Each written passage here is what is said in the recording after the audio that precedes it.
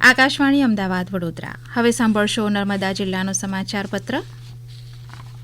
દેશ અને રાજ્યની સાથે સાથે 15મી ઓગસ્ટે 79માં સ્વતંત્ર પર્વ નર્મદા જિલ્લો દેશભક્તિના રંગમાં રંગાઈ ગયો હતો. તિલકવાડા સ્થિત શ્રી એમ શાહ હાઈસ્કૂલના મેદાનમાં યોજાયેલી જિલ્લા કક્ષાની ઉજવણીમાં જિલ્લા કલેક્ટર એસ.કે. મોદીએ ધ્વજવંદન કરી ત્રિરંગાને સલામી આપી અને શિસ્તબદ્ધ પરેડનું નિરીક્ષણ કર્યું હતું. તેમણે સંબોધન કરતા જિલ્લાના નાગરિકોને રાષ્ટ્રીય પર્વની શુભેચ્છાઓ પાઠવી હતી અને જિલ્લાની પ્રગતિ ઉત્તરોત્તર થતી રહે અને વિશ્વ ફલક ઉપર જિલ્લાનું નામ રોશન થાય તેવું સૌ સાથે મળી પ્રયાસ કરીએ તેવી નેમ વ્યક્ત કરી હતી.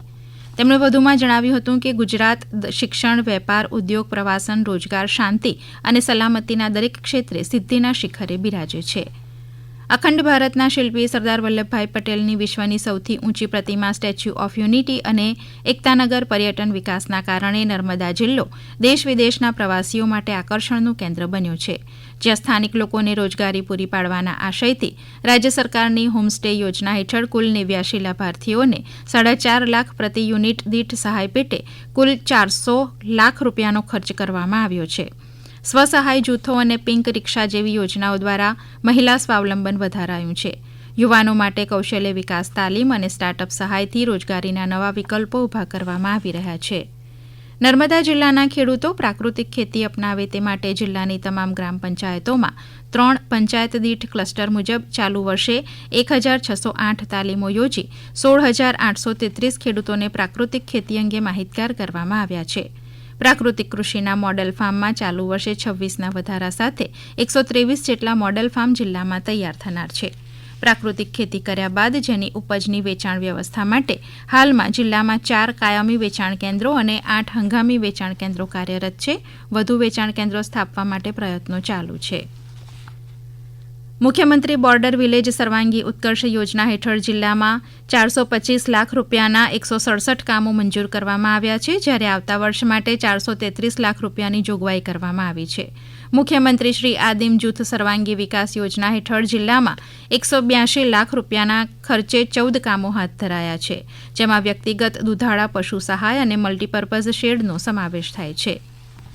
નર્મદા જિલ્લામાં પ્રાકૃતિક કૃષિ પ્રત્યે ખેડૂતોમાં જાગૃતિ લાવવા માટે જીવામૃત બનાવવાની પદ્ધતિ, તેના છંટકાવ તથા ફાયદા અંગે ક્લસ્ટર બેઝ તાલીમના માધ્યમથી માસ્ટર ટ્રેનર્સ અને કૃષિ સખી દ્વારા ખેડૂતોને માર્ગદર્શન આપવામાં આવી રહ્યું છે.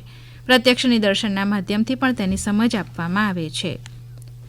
એક પેડ માં કે નામ અભિયાન અંતર્ગત નર્મદા જિલ્લાના માર્ગદર્શન હેઠળ વિવિધ વિભાગો દ્વારા ભાગીદારી નોંધાવી કામગીરી કરવામાં આવી રહી છે.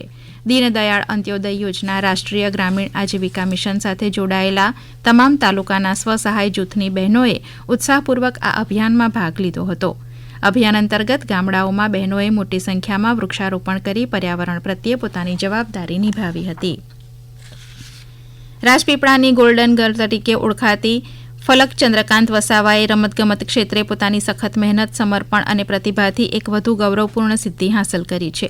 તાજેતરમાં ઉત્તરાખંડ ખાતે યોજાયેલી ટ્રેમ્પોલિન જિમ્નાસ્ટિક નેશનલ ચેમ્પિયનશિપમાં જુનિયર કેટેગરીમાં કુમારી ફલકે સુવર્ણચંદ્રક જીતીને ગુજરાત તેમજ નર્મદા જિલ્લાનું નામ રોશન કર્યું છે.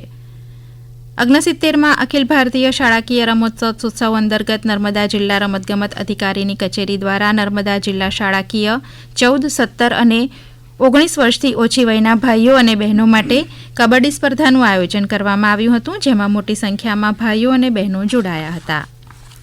આપ સાંભળી રહ્યા હતા નર્મદા જિલ્લાનો સમાચાર પત્ર. પ્રસારણ આકાશવાણીના અમદાવાદ વડોદરા કેન્દ્ર પરથી કરવામાં આવ્યું.